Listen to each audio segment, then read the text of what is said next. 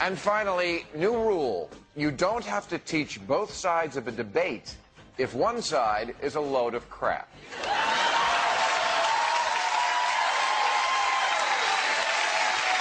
Now, President Bush recently suggested that public schools should teach intelligent design alongside the theory of evolution because, after all, evolution is, quote, just a theory. Then the president renewed his vow to drive the terrorists straight over the edge of the earth.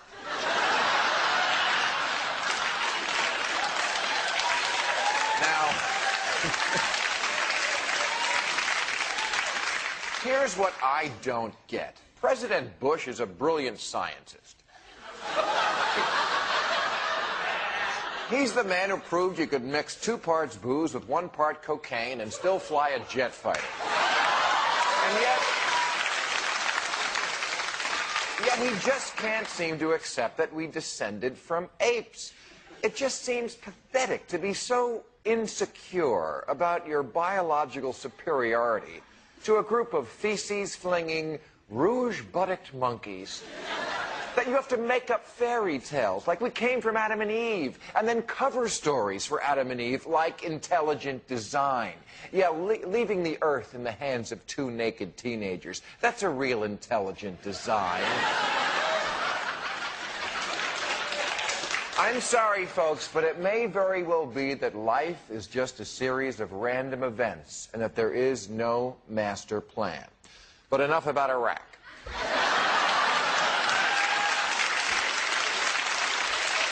Let me instead restate my thesis. There aren't necessarily 2 sides to every issue. If there were, the Republicans would have an opposition party.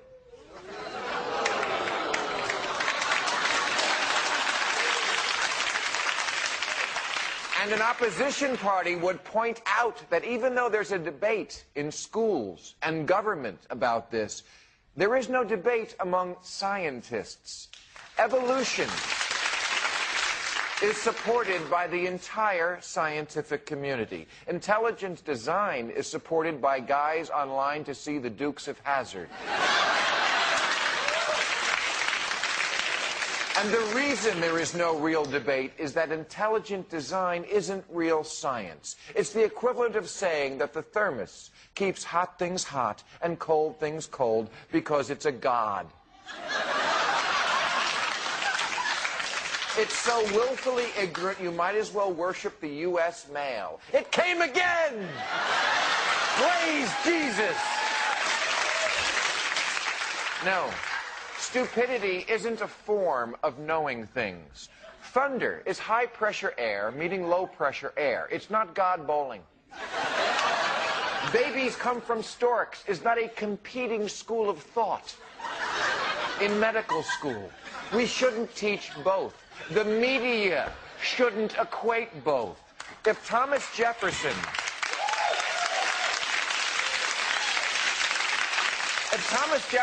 knew we were blurring the line this much between church and state, he would turn over in his slave.